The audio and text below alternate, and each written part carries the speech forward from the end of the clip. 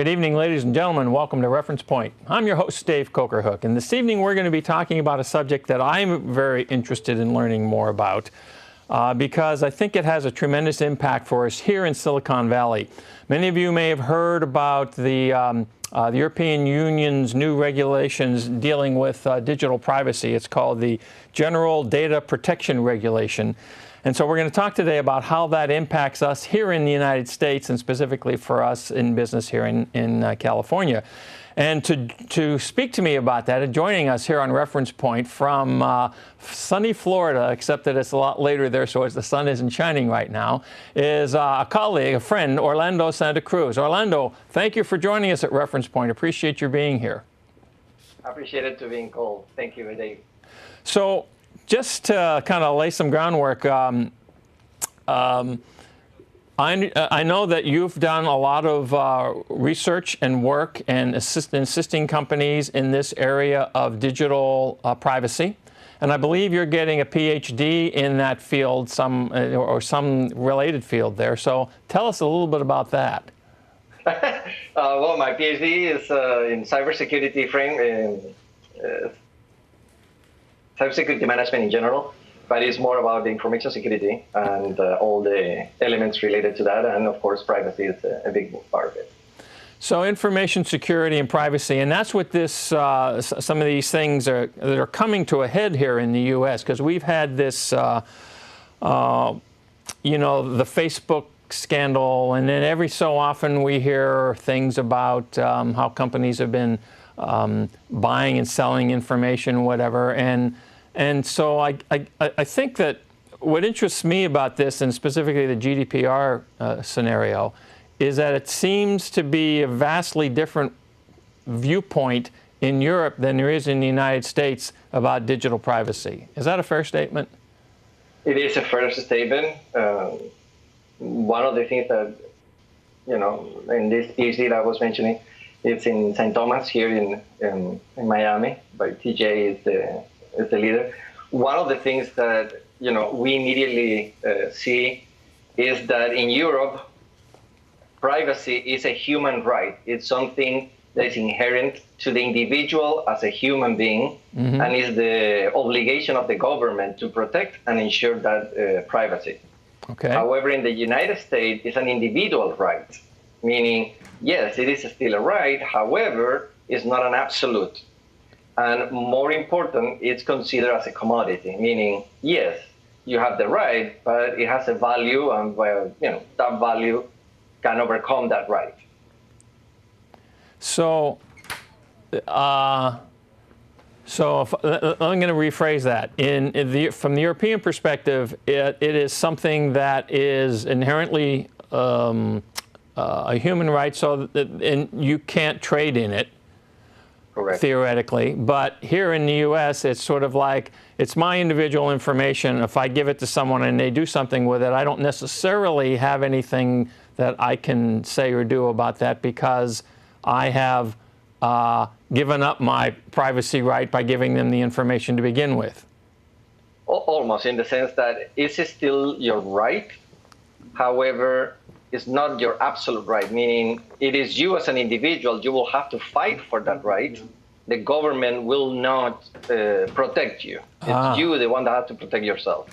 Okay, got it. And if you give it away, like, hey, you want to get your personalized advertisement, then we will record everything you're doing and where are you going, then you already have withdrawn that right. That's sort of like what Facebook is all about anyway. Here's all my information. Here's where I am. Here's what I'm doing. Here's my, my friends and my family and all that sort of stuff. How does this concept, Orlando? How does the concept of social media, in terms of the effort to connect people and build a community, how does that tie in or relate to this question of privacy? It's interesting because what happened is that people not only expose their personal privacy, but they expose everybody else's privacy, their family's privacy.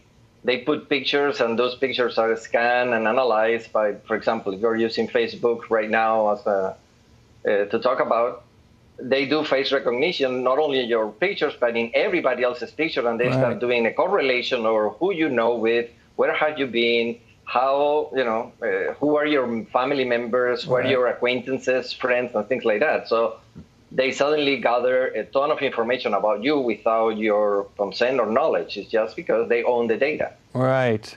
And then they can sell that data, which is a big industry here in the United States. So is there a similar industry like that, a selling of this information in Europe the way that it is here in the U.S.?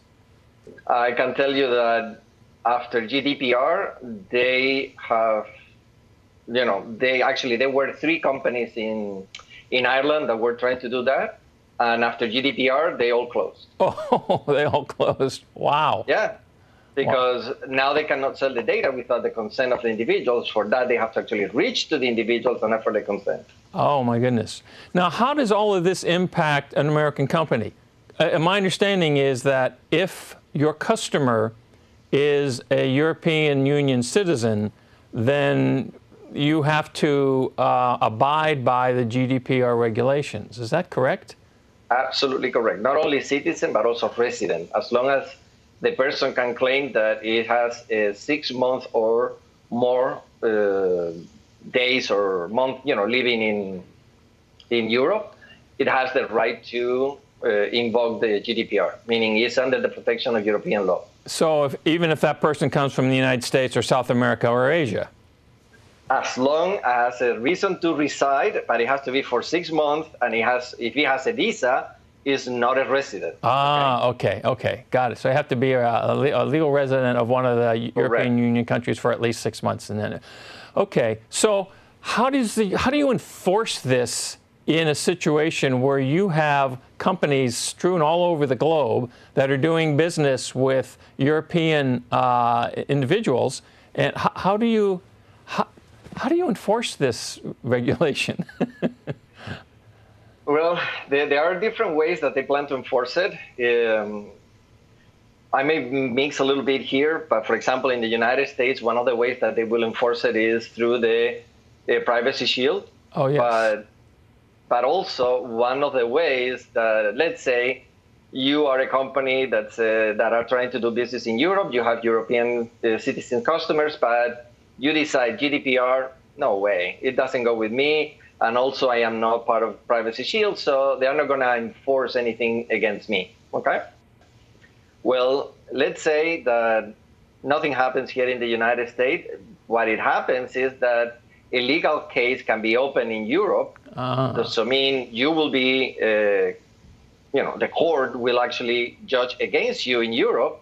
And if you are condemned, meaning you're found guilty, then the next time that you ever put a foot in Europe, Europol will detain you because you are a criminal. Oh, wow. That's interesting. That's very interesting. So are other countries looking at what the EU has done with GDPR, and are they looking to do something similar? Other countries are looking to do something similar. I would say not per se. But however, GDPR is a game changer. Let me explain a little bit here. There are other countries like Russia, Singapore, and China that have their own privacy laws affecting their own citizens. However, there is nothing similar to GDPR in how a specific reaching and especially enforcement of the penalties that is unique. Okay. So what I think is going to happen is that more and more countries will start reshaping their own personal laws, local laws, into what GDPR is. Basically, my crystal ball for the future is that the world will be adopting GDPR as the privacy global law. Not, little by little, country by country. And I think the United States will be the last to join. You think the United States will be the last? Why do you think that is, actually? Why would that be? I think several factors, but I would say the most important, of course, is the monetary. Here is a big money to just sell your information about, advertisement, data, promotions, anything related with marketing. So there are too many companies, more than 7,000 companies here in the United States, that actually manage or deal with your personal data without you knowing about it. And this could be your data tied to where you work, and also data that's tied to your personal life. Is that correct?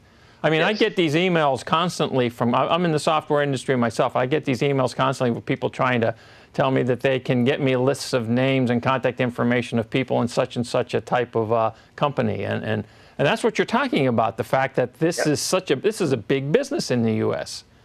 It's a big business, and some of that, those companies not only have your current data, they also have your data for the last 20 years, for example. So they can actually trace you from where have you been, what have you done. Oh, my goodness. Well, yeah. Wow. And I know some of those, meaning I've been working with some of those. But so it's a big business, and I don't know. For example, I think that I know in 2012, I think the Obama data privacy came to be, but it died in Congress, and recently it was actually repealed. I mean, it was called back because of the, it's a recall act from the Congress. Because, the Congress recalled it because it was very limited. It was only for internet service providers. Oh, right. And on what kind of data they can collect. Right. There was nothing about how it is used or how it is sold, okay? Right. But it was limited to service providers, and Congress says, no, we have to do something that is, not discriminatory to one type of industry, because that means all the AT&T, Comcast will be limited on what they can do. However, Google and Facebook can do whatever. So they had to do something a little bit more comprehensive. Correct. Interesting. But that recalling of that act means that no other federal agency can try to pass any bill related to privacy until that resolution is complete. So that kind of puts a roadblock in for any other progress. I have another question for you, but before we go into that, I want to let the viewing audience know that we have the opportunity. You can send a query here into info@referencepointtv.com if you have any questions about this topic, and I can get them to Orlando, and Orlando can respond through us, and we'll get you the answers that you're looking for. But when we look at this kind of a thing, you mentioned an agency can't do anything that's on a federal level. Can states do something? Well, states, I guess, can do whatever they want to do. And correct. And so there's two or three things I want to talk. We have about 10 or 12 minutes left in the show. I want to talk a little bit about what the states can do, and specifically California. But I really also want to talk, Orlando, about what it is that, as a business owner, a small business owner, not a Google or an Apple or a Facebook, but your basic business owner may have to think about relative to GDPR if they are doing any kind of business overseas. Well, there are too many potential answers to that question. Meaning the rule of thumb is try to comply as much as possible with GDPR, at least in the spirit of GDPR, if you are doing business abroad. If you are doing a specific business, you are targeting Europe, you actually have to comply with the regulation. And that means, yes, you have to be able to get a specific, before you get a specific consent, you have to detail specifically what kind of data do you want and for what reasons do you want it and how you're going to use it. You have to let your customer know that, the person who you're... Correct. Okay. That has to be in your privacy notice in your website, because when you ask for consent, you're asking consent exclusively for that. Meaning, if later on you want to do a different use of that data, you have to ask for consent for that particular reuse of the data. Okay? Wow. So it has to be specific, and for that is the only reasons why a customer or your customer is going to give you the consent. And also you have to be able to recall it, because if the user at the end says, no, I don't want to use it, meaning I don't give you the consent anymore, then you have to stop at that moment any collection of data and any diffumination or sending of that data. Wow. Okay? So what happens here in the U.S., we have this, this reality, like you were talking about, of information being bought and sold regularly. So if I'm a U.S. company and I'm doing business with a European citizen, European Union citizen, and I go through this process of getting a specific consent for particular things, does that consent limit my ability? Then I can't sell that data to anybody else, can I? If the consent, you said in your notice that you're going to sell that data and the person actually agrees to that, then it has already authorized it to you, for you to do that. However, no European person will allow you to actually sell their data. Right, and you can't sell it without disclosing that you intended to, otherwise you're violating the regulations. Correct. And for example, one of the reasons why Facebook is already with Google and others in the part of a lawsuit in Ireland is because they are actually forcing the users to consent. Oh. Meaning they are hijacking the accounts and saying, if you don't consent, you cannot get into your account. So, hey, it's my data. I want to get to my account so I can recall all my information. But at the moment that you consent, technically they can do whatever they want, and you already consented to that. Wow. So, because one of the things that GDPR says is that consent has to be given freely. It cannot be coerced. Wow. So, yeah. Well, that's going to raise some interesting expectations. Do you think that the European Union is going to be successful in making GDPR stay? I mean, I guess in order for it to be successful, they have to demonstrate that they are penalizing those who are not in compliance. Do you see, from what your studies have been, do you see them moving in that direction? Do you think it's actually going to work? Oh, yeah. It's going to work, and I think they're going to, let's say, the future of the law and Europe as a,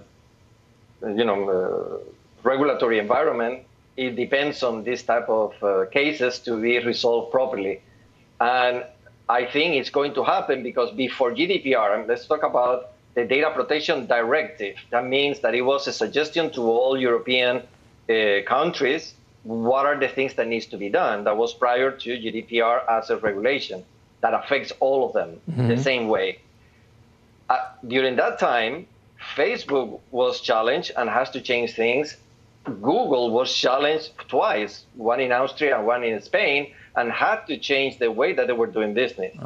So now with penalties up to 4% of revenue, we're talking about that this lawsuit for Google and Facebook is $8.8 billion. Wow, yeah. So it's not a small potatoes. Yeah. So, okay, so here I am. I'm running this modest business here in the United States. There are going to be maybe so I'm going to be doing some business with Europeans. Maybe I'm going to be doing business with people of other countries. You implied that other countries are likely to take the GDPR structure as a framework and do something very similar, if not identical.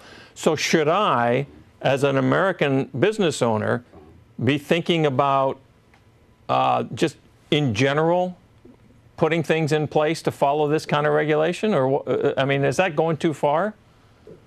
No, but for example, something that people tend to forget is that that these privacy principles are being enacted since, the 90s. And so it's not something that is new. Right. The only thing that is new is the controls to actually enforce them and the penalties to do them. Ah, okay. So, I mean, you have, those principles are also being part of the FTC because they adopted them. The only thing is that those are recommendations how to deal with privacy. Right. So right now, the only difference is that, well, if you don't follow that recommendation and something happened, you're actually going to be penalized, meaning it can bankrupt your company at that moment. Right. So it's just getting serious. It's the only thing. So I see TV commercials from Facebook now talking about, oh, hey, we used to do this. This is what our intention was, and then these terrible things happened. But we're going to do better now, and we're going to take care of all of our customers and protect your data. Now, is that? I look at that and I chuckle a little bit because I wonder how real something like that is. I don't know. I mean, hard to tell. I don't want to talk about, bad about Facebook or anything, because it is a great organization. It's just that Facebook came to be from an open, share everything, right? And they exploited that information without your consent, meaning they did that behind the scene. Right. They didn't say, hey, yeah, share everything. By the way, we're going to be monitoring and getting all your information and everything you do, and then sell it. So, I mean, that's unfair practice. And they're not the only ones that do that sort of thing. So it's unfair to single them out. Let's talk a little bit now about the, what is it I was going to say? Oh, yeah, the state stuff. Because I know that California has recently, you were mentioning to me, California has recently passed some sort of law, or it's pending, or will go into effect in January or something like that. And it's supposed to be related to this privacy question, and California tends to really be very aggressive when they look at individual freedoms and rights and responsibilities and whatever. Do you think this regulation, this law here, is going to be comparable to a GDPR-like thing? I haven't read it. I don't know. For what I have browsed, because I have no, I mean, that was enacted last week, but what it was only approved as a draft, meaning that the law can be modified until January 2, that is when it comes effective. Oh, okay. So, however, I see the law, it's a little, they call it the GDPR for California, but really it's trying to get into the hype of GDPR, but it looks more like credit reporting, meaning you can get once a year and it's free. Here it is, you can do it twice a year and it's free. The only thing is that, yes, you have the right to say, please forgive, terminate all the data that you have about me. So not to be forgotten, or to be erased like GDPR, is just that you cannot use it, okay? Okay, so... However, they can reacquire that information, but more important, it's limited to companies that has at least 50,000,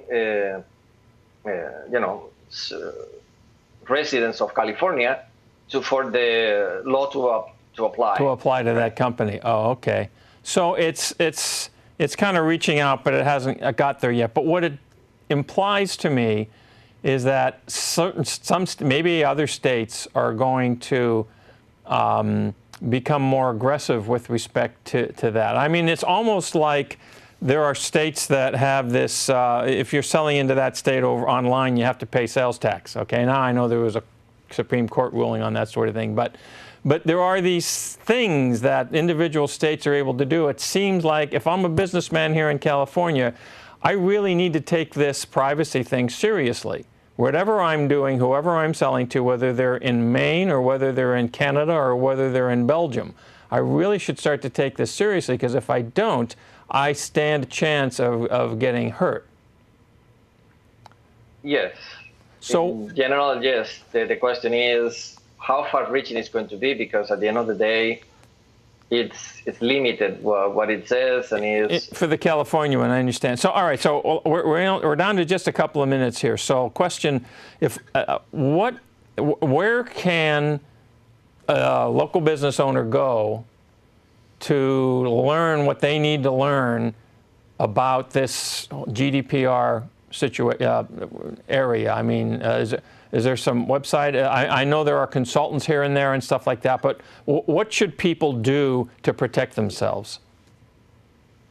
Well, the basic will be to go to the website for the European Community and get the basics. There are many other law firms that has significant information about what to do, especially on the privacy notice. That is your announcement to the public of if you're compromised with your users on how you are going to treat their data. Mm-hmm. Okay.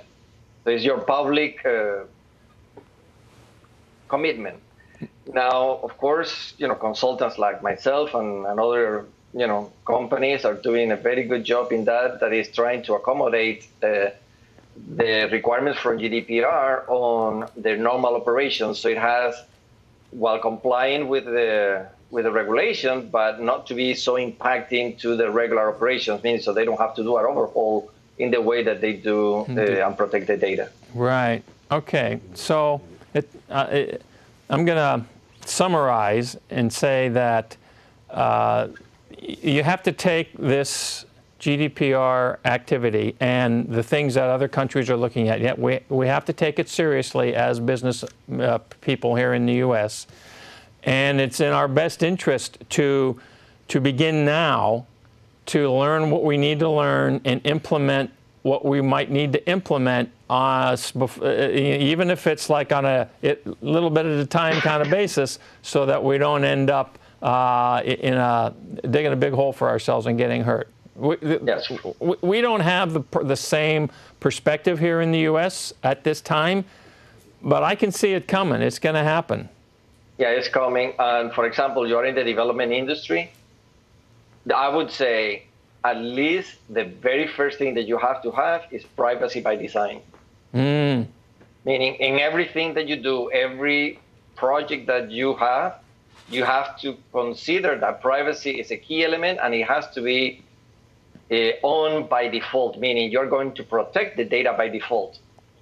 Okay. And if not, that could be a problem. And that is a great summary statement, Orlando. Thank you very much for being with me here on Reference Point. I greatly appreciate it.